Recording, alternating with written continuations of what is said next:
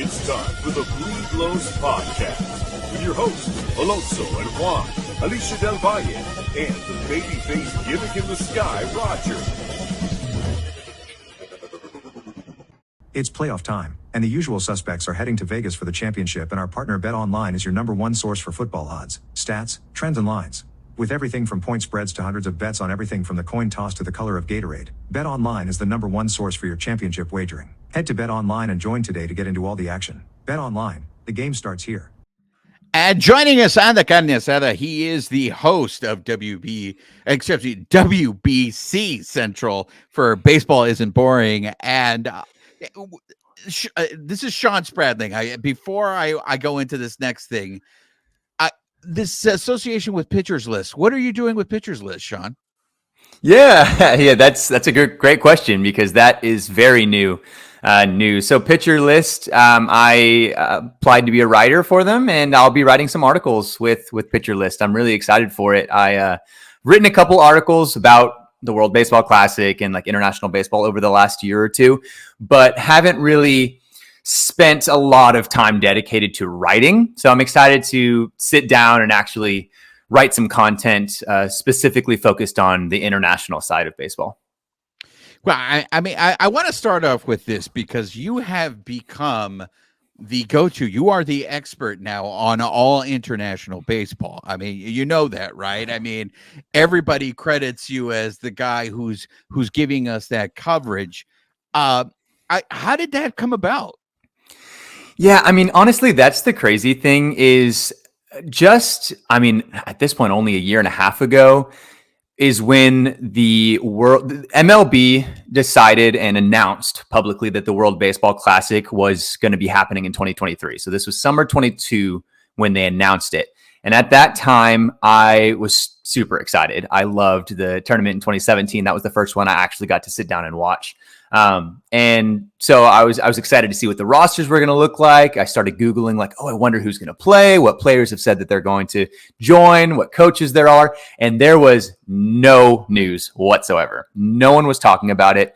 And a big part of that probably had to do with the COVID delay and it being pushed back a couple years. It had been since 2017. So it was a 6-year hiatus. But there was nothing. There was no one talking about it in English specifically. There were some Dominican reporters and Puerto Rican reporters that had been covering their own national team over the last couple of years, as well as, of course, the Japanese team. They love Samurai Japan, their national team. But there was nothing in English. And so I kind of took it upon myself to be that bridge and help bridge the gap between languages and baseball fans around the world so that English-speaking fans could understand what the WBC looked like and baseball culture looked like elsewhere around the world. Because any of those other countries in the WBC that participated, the WBC has already been their World Cup. The US has been kind of lagging behind, and it's been a little bit of a secondary exhibition for a lot of fans. I think this is the first time that everybody's sort of started to buy in. But it was really cool to see like fans from the US in my mentions and comments talking with fans from Cuba, and then the Cubans talking with the fans from Taiwan, and then the Korean fans like having conversations with the Canadians, because it was finally like a place that people could talk about their own baseball cultures and show off their country. So that's kind of what started it for me. I mean, I went to school for sports management and marketing, so I knew that I wanted to work in like the marketing side of baseball. I didn't know that it would be the World Baseball Classic, but it was a blast. Look, I think it was very smart on your part. What you did is, in a sense, I feel like you created a market. I do appreciate that you pointed out the fact that there has been international coverage. It just wasn't by American standards. Why is that? On this show, we are big fans of the World Baseball Classic. We think this is a fantastic event. But yet, every time I go to Dodger Stadium and I come across people who work in the game, there is still, I feel like, this elitist point of view where it's just like, well, it's a tournament. Not all the best players are going. And it just feels like, to me, it's just like, why can't you guys give this tournament credit? It's not perfect, but I think it's definitely getting better. Yeah. Oh, I completely agree. I think that this is absolutely the closest thing that we have to a World Cup. Our sport has never had like a World Cup stage, that size international competition like we have now. The Olympics have always been great. It's so fun to see like the countries compete against each other, but we've never been allowed to have like MLB 40-man roster players play in the Olympics until it's not confirmed yet, but it's possible that the next one in LA actually might be able to have 40-man roster players play in it. But for the WBC, this is the time that we actually get to see the players play for something that is more than just a paycheck.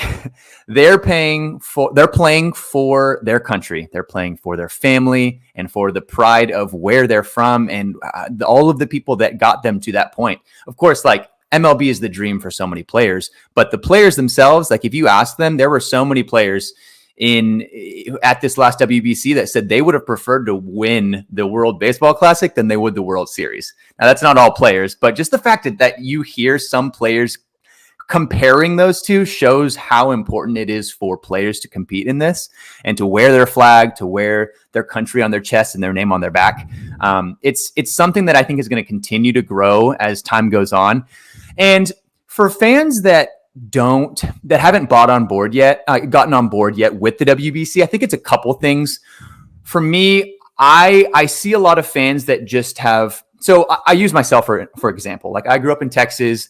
In Central Texas, I just played baseball all the way through high school. I didn't even really know that baseball was a thing around the world. I didn't know they played it in East Asia other than like, oh yeah, I knew Japan liked it. I knew that like the Dominicans and the Mexicans and the Puerto Ricans, like they like baseball, but that's all I knew. Like I didn't pay attention to baseball around the world until I was actually like my eyes were opened with the WBC. And so like I think a lot of people are probably in that same boat that they just haven't realized or had their eyes opened to baseball around the world and seen that, man, this sport, like America's pastime, has become like a global sport. And so as time goes on and we start to become more accustomed to and more used to international competition, I think fans will continue to buy on more and more. But I think for now, it's just so uncomfortable for them because they've always only seen MLB. And that's all that MLB fans have known. So I think it just takes time. You know, this tournament's so young, but it's definitely growing its history now.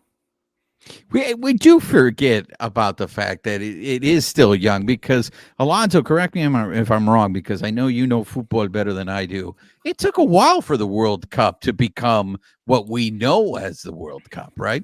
Oh, yeah. No, I mean, it was the European teams and the South American teams, and that was kind of the battle of the Goliaths, if you will. And then it blew up into everyone, right? But I mean, that doesn't diminish the fact that it's not the biggest game in the world. But be that as it may, it's, I think after this last World Baseball Classic, like I think there's going to be a little bit of a fervor, if you will, because I mean, to your point, something that you said, there's still a lot of people that I see that get irked that some of these guys say the WBC title means more to them than a World Series, and it just, in those cultures, in Latin America and Japan, Asia, like these other places, baseball means so much more than we realize even here. And I mean, granted, here we're spoiled. We got the NFL, the NBA, college athletics, Major League Baseball, pro golf. Like there's so many things to pick from. And like you go to the Dominican, I would have loved to go to a game in the Dominican. I would love to, because it'd be a riot, and people would just be, not only would some people that love the game and cherish the game here, and I cherish the game here, be offended, but the amount of fun that they have, that they don't take it so serious, is insanity to me. I wanted to ask you something, Shawn. You said you're from Texas. The vibes are good so far, so this may set the vibes back, and the vibes may deteriorate quickly. Are you an Astros or a Rangers fan? Am I allowed to plead the fifth on that one? I mean, I don't know if I'm allowed to continue on this podcast if I answer that question. I mean, understand. Shawn, you have a tell with your reaction to the Altuve contract. Yeah. That was a tell. Yeah. I was curious right when because since that, of course, that news came out today, I was like, oh no, I'm going on this podcast. And that is the most recent tweet that I sent out with this edit that I made with Altuve in a jersey, in his Astros jersey. So I grew up in Austin. We don't have our own team. Right. We didn't have any teams in general, any sports teams. It was just like you could root for the University of Texas, or now we have a soccer team, which is fantastic. I love Austin FC, but growing up in Austin, it was like you kind of had to pick and choose your teams. So I'm the most annoying Texas sports fan that has ever existed, because I like the Houston Astros growing up. I like the Dallas Cowboys and the San Antonio Spurs. Wow. When I was like in like 2004, 2005, I was like, I'm just going to pick one of all of these different teams. And those are the teams that I liked. Obviously, the Astros were good with Berkman, Biggio, Bagwell at that time. And then pretty much everybody in Austin were Cowboys fans. So that was easy. But it's pretty funny because like I'll tell someone like, yeah, I'm an Astros fan. And then they assume I'm a Texans and a Rockets fan. But then they get mad at me when I say I like the Cowboys or the Spurs. It's pretty funny. Well, I mean, as a big Victor Wembanyama guy, I respect that. So at least the Cowboys thing is sus. But if you must know, there is trauma here. Juan Ramirez is a big Raider fan, and nothing can hurt him. There nothing you go. Can hurt him. So that's right. You can't hurt me. I'm a Raiders fan. So I wanted to ask you because again, you're the way I kind of look at it there, and good for you. You have this niche of being able to cover international baseball, and I think it's something that is sorely needed in this country because it's a completely different perspective. Yoshinobu Yamamoto, recent Dodger signing. A lot of people are like, yo, why are they spending this absorbent amount of money on a guy like this? So explain to me what Yoshinobu Yamamoto is if I have never, ever seen that guy throw. Yeah, man, that's an awesome question, because I think that Yoshinobu Yamamoto coming over to MLB right now it's really the perfect time for him to come, for a Japanese pitcher of his caliber to come over, for two reasons. One, they just came off of a World Baseball Classic win. They are the world champions of the World Baseball Classic. Like, they are the best, the most, honestly, the most popular like baseball country right now. If you go anywhere on baseball Twitter, like, people just want to talk about all the Japanese players, and rightfully so. Like, they're all great. Like, all of those guys on Samurai Japan, they were so much fun to watch. But Yoshinobu Yamamoto, it has been the best pitcher in Japan, bar none, for the last like 4 to 5 years. And so him coming over at this time where they just won the World Baseball Classic, and obviously with Otani being at the top of his game, also signing with the Dodgers, it's just perfect timing. Yoshinobu Yamamoto is, like I said, he has been the best pitcher in Japan for the last couple of years. He has won back-to-back Cy Young equivalents, the Sawamura Award, back-to-back pitching triple crowns, and MVPs. No one has the resume in Japan as a pitcher as that Yoshinobu Yamamoto does. Not Daisuke when he came over, not Yu Darvish when he came over. It's only him. Like, he is second to none in just the pure numbers. And so it's just so exciting for not only MLB fans, but also for Japanese baseball fans to see him now kind of test the waters over here, and for Japanese fans to be able to root for both of their guys, both of their top pitchers in Yamamoto and Otani on the same team, the team that had Hideo Nomo, who was the first like star pitcher that came over from Japan. It like deepens that Japanese history and the ties with the Dodgers. And so all that I'm seeing from like Japanese fans is they're ecstatic. Like, everybody is super excited to see those two players come over to the Dodgers. I mean, we can talk about like his repertoire or like the pitches that he throws, but I think honestly the cultural impact of him coming over at this point is the biggest thing for me, just to see like how excited people are about him coming to the Dodgers. Well, and with all that said, I mean, that's hard for Dodger fans to not be excited to have a guy like that on the roster, right? With that, there's a lot of questions that I've seen people like, well, is he going to translate well? Is he going to adapt well, to the major league level? Obviously, there's going to be a learning curve because these are the best hitters in the world. Not to say that the folks in Japan aren't any good. That's one of my favorite baseball leagues. The discipline there, bar none. I would have loved to have been around the Japanese game growing up. Oh yeah. With that said, how do you think Yamamoto translates over here now that he's here? Yeah, so from what I've seen, and I don't like claim to be like a pitcher guru or like someone that digs deep into the analytics. Absolutely. Necessarily. No, this is just asking you as a guy that is familiar with the international game. Totally. And yeah, and the reason, but I put that out there because I will say the people that I do trust on that side of baseball analytics, and from like my connections with Japanese baseball, I think there is a consensus that he is going to absolutely succeed and thrive in MLB for a couple of reasons. One, so NPB is, for those that aren't aware, the Japanese baseball league. It's only second to MLB. Of course, it's a step down from Major League Baseball, but it is the second best league in the world. It's the league that produces all of these Japanese stars that we see coming over. And but the bigger thing for me is that it's such a contact first league.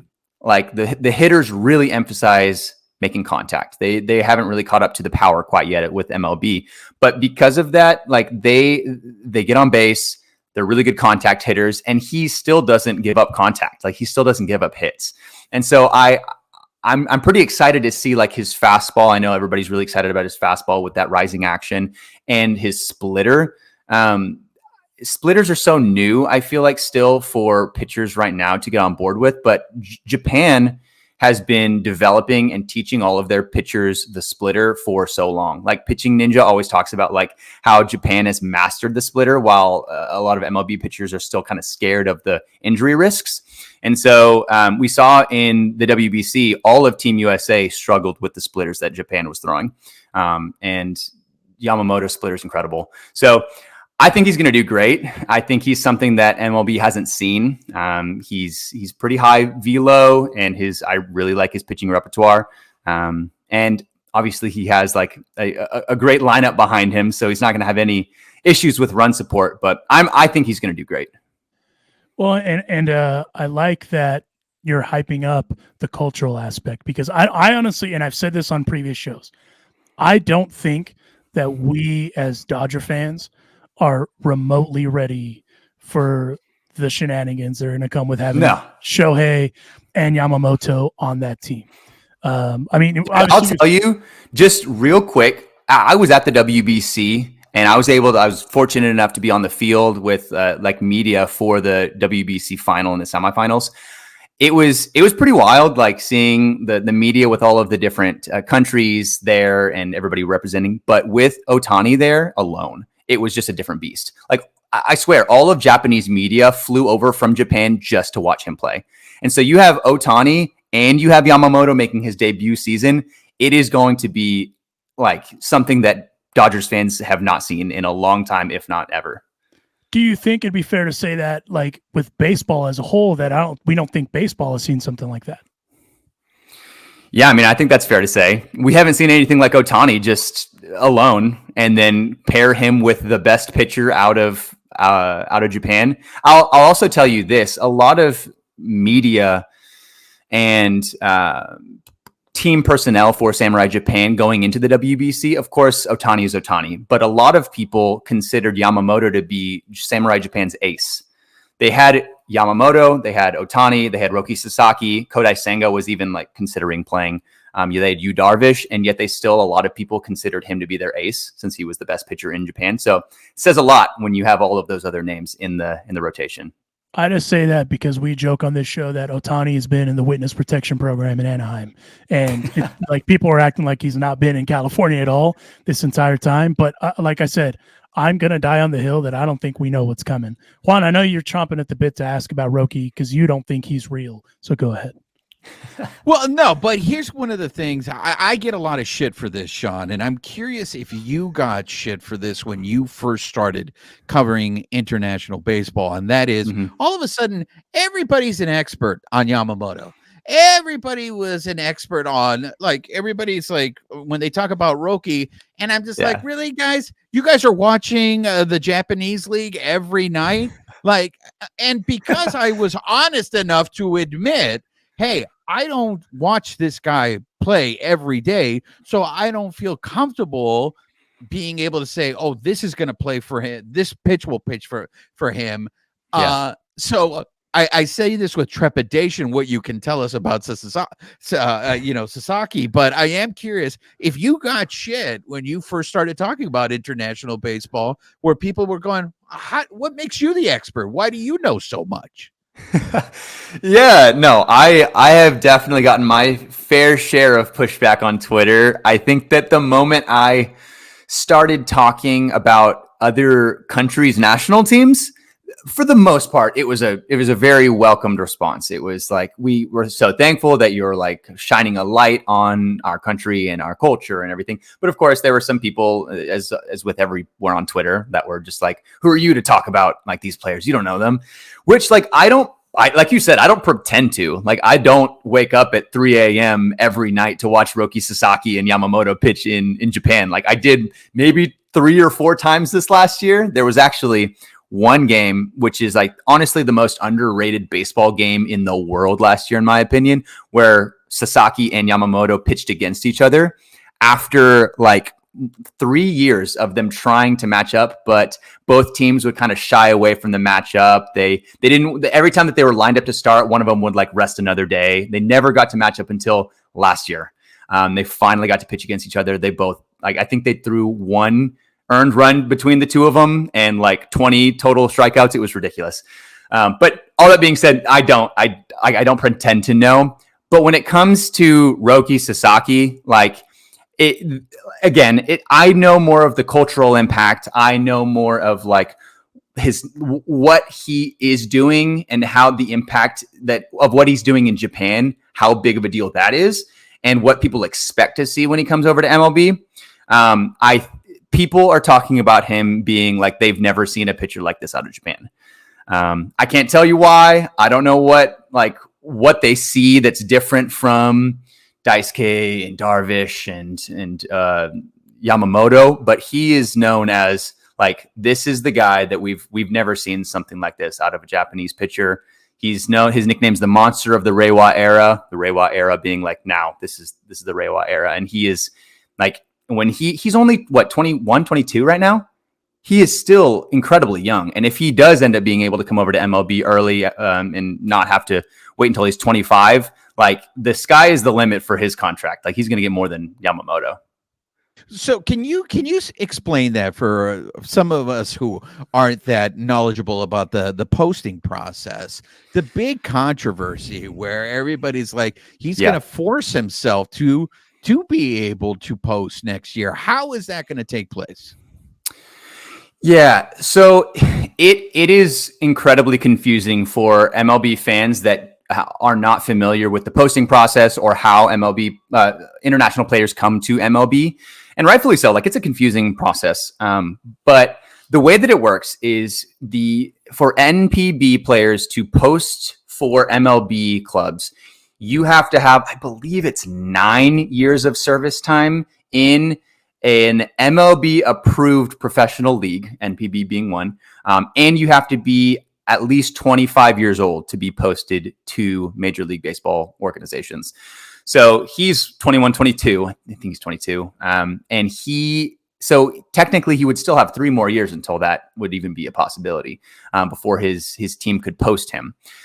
But there were a lot of reports coming out from sources in Japan stating that he was holding out of his contract extension. He was holding out from signing a contract extension because apparently back when he was drafted, I think in 2018, he had come to some agreement with the Chiba Lotte Marines, his NPB team, that he would be able to be posted early when he wanted to go to MLB. It's the same way that Otani wanted to come over early. He didn't sign for the big hundreds of millions of dollars like he could have coming out of Japan because he wanted to go early. Same thing is what Rōki Sasaki wants for MLB. He wants to come over early. But and this has still not been confirmed. And that's the hard part. There's not a confirmation whether that was actually a clause in his contract or if it was just some verbal agreement that like, yeah, Roki, you can sign early. We'll let you go. And then now that it's 2023, he's like, hey, I want to go over this offseason with Yamamoto. And they don't want him to. They're saying like, and you have not, I think the quote from the article that I read was that he has not given like sufficient contributions to the team. And so they're not going to allow him to post yet. So all of that is still very private between him and his team with the Marines. We don't know like what the contract actually says, but he did sign an extension for 1 year for all of 2024 with the allegedly the intentions of hopefully signing and being posted to MLB next offseason. Again, this is all like reportedly. We don't know yet what the contract actually says, but it's clear that he wants to come over early. It just depends on if the Marines are going to allow him to or not.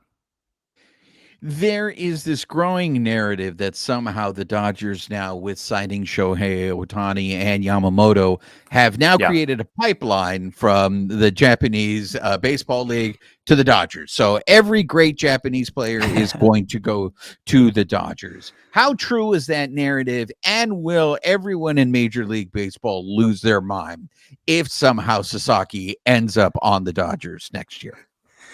That second question I can guarantee is a yes. All of baseball will lose their mind. If you have a rotation that includes Otani, Yamamoto, and Rōki Sasaki, that's literally just the Samurai Japan WBC winning rotation right there. So we would lose our minds. But I think something that I mentioned earlier, and I actually was so lucky to be able to talk to this this Japanese reporter when I was covering a Baseball United event. He was there. There was this Japanese reporter. He's been covering MLB in Japan for 50 plus years. I think this was his 50th year. He's an elderly guy. He was so kind. He actually walked up and introduced himself to me and wanted to talk about just like international baseball. And we had a long conversation. I got to interview him. He told me that Hideo Nomo was the first like big Japanese star in MLB. So because of that, there is a lot of prestige with Japanese players with the Dodgers. It's a very highly regarded team, of course. And so because of that, it's not too surprising that Yamamoto signed with the Dodgers and that Otani wanted to sign with the Dodgers. So would not at all be surprised if Rōki Sasaki is considering it. And on top of that, like he has two of his friends there. Like I don't think that it's too much to say that like having another player from your country on that team that's a big deal. Like you speak the same language. You can get like recommendations about where to go, where to live, who to like hang out with, like, you know, like just like the cultural impact of having someone that knows your language while you're adjusting to a new country, a new culture is huge. And so having two of those guys there would be pretty big for Rōki Sasaki. I don't know. I wouldn't be surprised if the Dodgers did it. Nothing's going to surprise me after this offseason.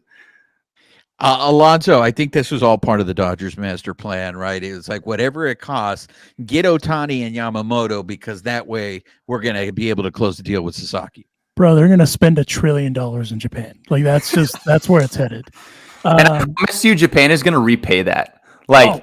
People are like, why would they give Otani so much money? Like, how could they give both of those players? You have the entire Japanese market right now, and they are a passionate fan base from a passionate country. So you have the entire market. Oh yeah, 100%. Like it's not even going to be close. I mean, I said this to someone the other day, and they still were like, "Well, we don't get it." That Otani, even though he deferred all that money, it's going to pay for itself and then some. Like this, it not only was it a baseball decision, but it was a business decision. At the end of the day, as Juan said on our show last week, bringing it back in to international baseball, it pains me to say that Mexico lost to Panama the other day in a son of a bitch in a walk-off fashion. But El Serie del Caribe, or the Caribbean Series, as they say in English, is a massive series. Yeah. It's a massive series in Latin America. It was great to see that they did it at I forget what they call it now. Is it Lone Depot Park? Is that what they call it? Lone Depot, yeah. I can't keep track of all the sponsors anymore. But they had like 35,000 people there. The vibe was killing it. It's everything that international baseball is. I don't understand why it wasn't on a higher profile network. Can you explain that to me? When it comes to for the Caribbean Series, honestly, like this is my first time being able to watch the Caribbean Series myself. I had not had the opportunity to last year or the year before, since I've like really been following and covering international baseball. So it's been a ton of fun to like learn how the coverage and what the Caribbean Series looks like in the US. Of course, like in all of Latin America, in the Caribbean. It's a massive, massive deal. But it's pretty shocking to me that still so many MLB fans and American fans just honestly have no idea what the Caribbean Series is. I put out a tweet a couple days ago that it was just like, hey, because I've had a lot of questions about this, I'm just going to explain how the Caribbean Series works, because it's really confusing for a lot of MLB fans that like there's a country versus a country, but it's not the national teams. And then it's like the winners of the winter leagues, but also like Robinson Cano is on this team and he wasn't on that team in the winter league. So there's a lot of like confusion with MLB fans that I didn't realize that people didn't know how it worked. So I guess I'm not too surprised that big networks haven't picked it up yet, but I think it's a huge missed opportunity, and especially not having an English language broadcast. I know that Bally Sports Florida does, but we can't access that anywhere else. And so I don't know. Hopefully next year, because I saw that there was a lot of buzz leading up to it this year after the winter leagues, even in English. So I don't know. Hopefully so. I would like to compliment you on something. If you go to Shawn's Instagram, which is Shawn SHAWN, not SEAN. It's annoying how many spellings there is. Shout out to my friend Sean O'Connell, who spells his name different. One of the pinned posts is you in a suit with a bag of Funyuns doing the Otani. That is that's incredible, first of all. Second of all, how many people asked you what you were for Halloween? Yeah, I honestly, I would say that probably 10 to 15% of people knew what the heck I was. But I didn't really go out and do much. That was more for the photo, honestly. Like I hung out with some baseball fans, but other than that, no one had any idea. It was just a blue suit. It's just a blue suit and a Funyuns bag. But like I put that on Twitter, and the Otani fans, the Show-Baes, they absolutely loved it. So that's I have that in my pinned tweet, because that's probably my favorite Halloween costume I've done. No, it's well executed, and you know what, Shohei Otani would be flattered that you were able to pull it off the way that you did. So good on you, sir. It was just so easy. It's just a blue suit. I already had a blue suit, which is great, and a bag of Funyuns. I just went to the store and got some Funyuns, and that's it. And a backpack. That's true. I forgot the backpack. You're right. Yeah. You're right. Juan, go ahead. I want to be respectful of your time, Shawn. So we want to end the show the way we always end the show. We do a series of rapid fire questions here that we like to call our kickback questions. So if you want to give a long answer, by all means, feel free to. But I want to start off with this. Taiwan is a possible host site for the 2026 WBC. Yes. I myself am just selfish and just feel like all the games should be played at a stadium that I could easily get to. But realistically, is it better for these tournaments to have them play in the Tokyo Dome or Dodger Stadium, or or those classic stadiums that are associated with baseball? Yeah, I will try my best to keep this short because I could go on and on about this one. I think, and Alonso, I know that you said you follow soccer or football in the World Cup. Like, I think that you'll understand this.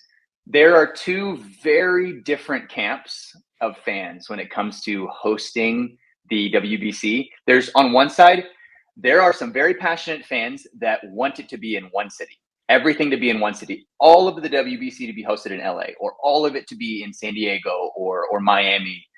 So that everybody's together, the competition's even, you don't have to worry about traveling and everything. And then there's another side of it where they're also very passionate about it. They want the WBC to continue showing off new countries and new cultures and new stadiums so that we can see what baseball looks like around the world.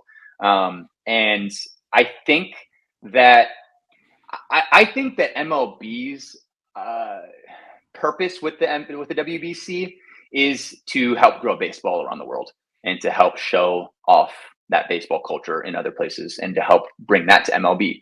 So I think that for the foreseeable future, we're going to continue to get different hosts in different parts of the world. And Taiwan specifically is just, that is a country that I didn't really realize. Like I said, growing up in Texas, like I had no idea that Taiwan loved baseball, but it's their national sport. Like they are unbelievably passionate about the game. You saw like games where they were down 10-2 in the WBC and they were still like singing and chanting and everything in the stadium. It's wild. And specifically the Taipei Dome, it's a new stadium there, holds 40,000 people. It's beautiful. So if we do get a chance for that to be a host, I wouldn't be upset at all. Second rapid fire question. You tweeted, I think today, that the KBO released graphics to help explain their new automated ball strike system.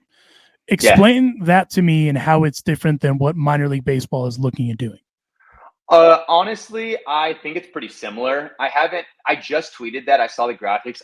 I don't know Korean though, so I haven't looked into exactly what the graphics say, but from the Korean like sources that I have, it sounds like it's very similar to what MILB and MLB will eventually be implementing, which to tie it all back in with the WBC, I don't think the WBC is going to implement rules like bigger bases or like pitch clocks or the ball strike system until all big leagues are doing it.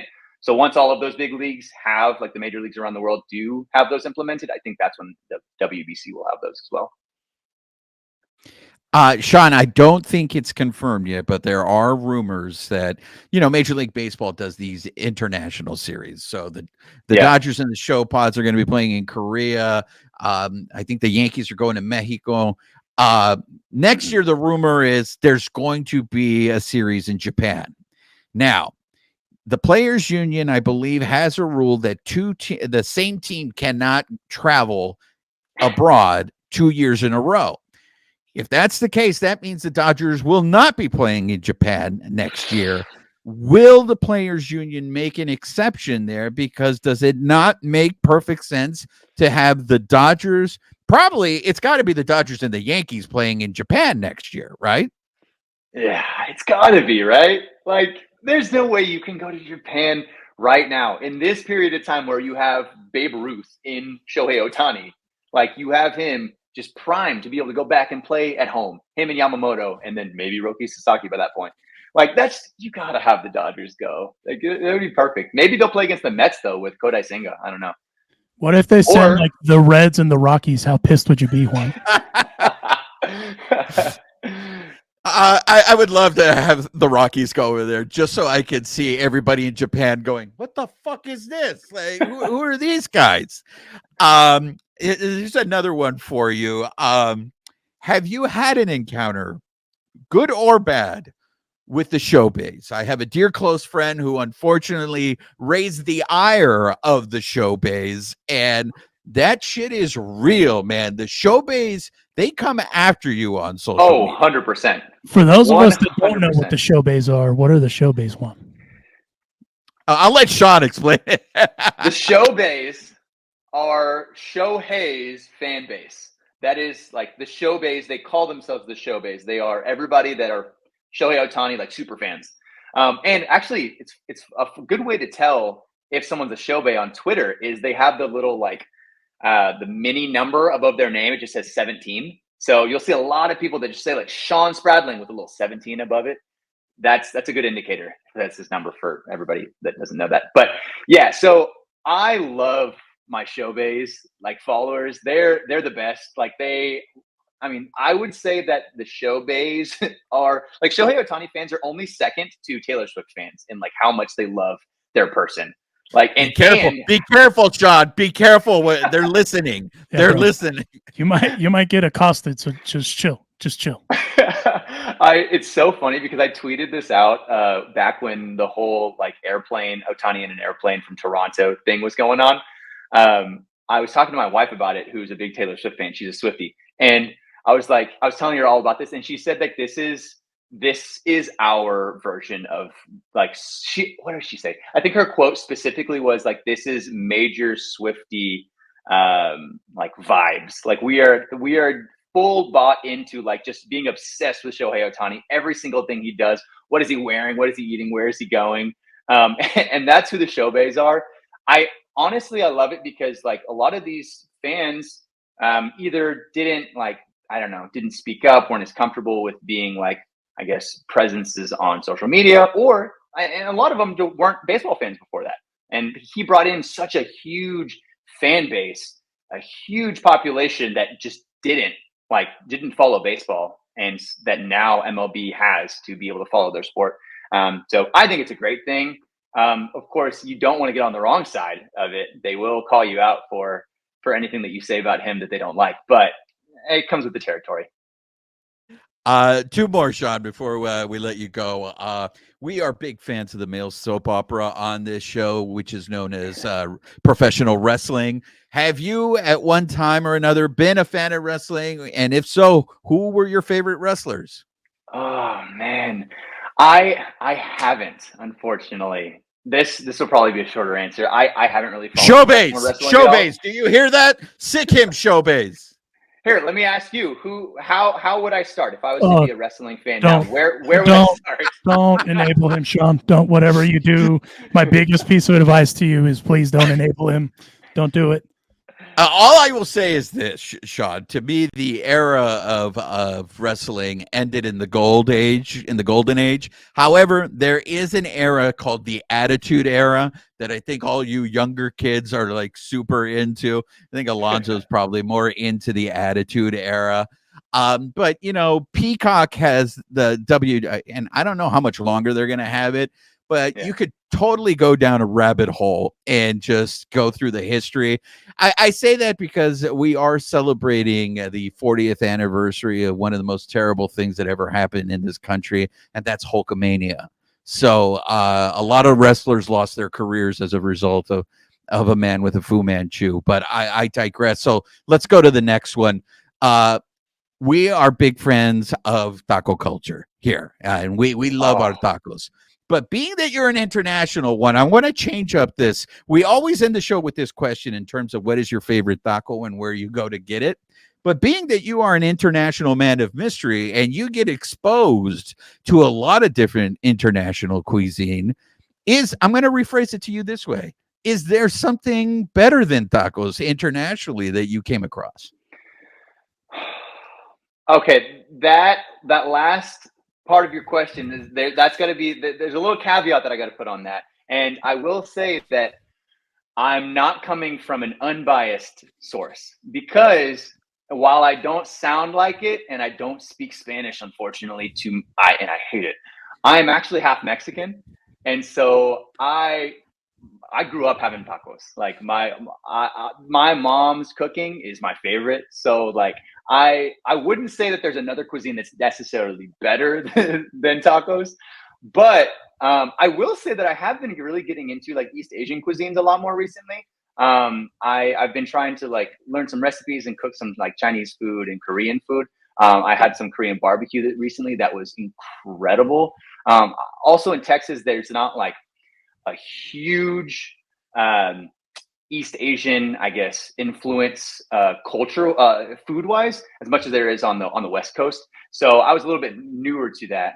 I'm trying to think of what else. What else I've tried recently, international food that I hadn't tried or that I really liked. But I mean, you can't beat tacos.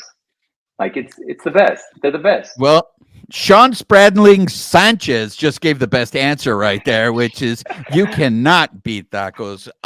Shawn, we want to thank you. Sorry we went over, but we really appreciate all the knowledge that you brought, and being the fact that now, I mean, Dodger Stadium was always international. You know, it was all, you know, the Mexicans always take over Dodger Stadium, but we know going into this year, it's going to be a little different. I'm a little fascinated because the Japanese are infatuated with the Cholo culture. So I'm curious to see how that's going to manifest itself this year at Dodger Stadium. But where can our listeners, our viewers, follow you for all the international coverage? Yeah, so my coverage is mostly on Twitter. That's like my primary place where I'll post content. I've been doing that for about a year and a half now. That's where I post my graphics and like updated news. I'm covering the WBC even now. Like for 2026, we're starting now. I'm already starting to come up with like projected lineups and everything like that. So that's where I'll post everything. I also have an Instagram, a lot newer to Instagram. I held off for a long time. I'm not really sure why, but it's the same handle. It's at Shawn, like you said, SHAWN _Spradling. So on Instagram too, TikTok. Also do have a YouTube channel and a podcast. Haven't posted in a long time, but probably going to start that back up. It's called WBC Central on the Baseball Isn't Boring podcast network. So yeah. There you go. And that network is run by our dear friend Bradfo. So say hi to Bradfo for us. Our very boring friend Rob Bradford. Very boring Rob Bradford. Very boring. And another friend of Bradfo, and I'm sure a favorite of yours as well. Recently, one of my more recent interviews I did on my podcast was with Benji Hill. So talking all about like the Mexican national team. I just asked him about the WBC, what that experience was like for him. So if you get a chance to listen to that, I loved it. And honestly, I need to post little clips from that more. Yeah, Benji's great. He is a friend of the Carne Asada. So, but Shawn, we want to thank you. Best of luck. You're killing it. And hopefully you'll come back again and give us more info on any of these international signings. Thank you so much for allowing me to finish this after you found out the team I rooted for growing up. So it's okay. You just got to worry about the Show-Baes now, bro. So we're good. We're chill. Yeah, there's got to be another time where you come back where we can talk about the Astros. We can talk about the Astros and get into this whole like, is it time to bury the hatchet? Is it time to move on type thing? But Shawn, you've been great. Thank you very much. Thanks, guys.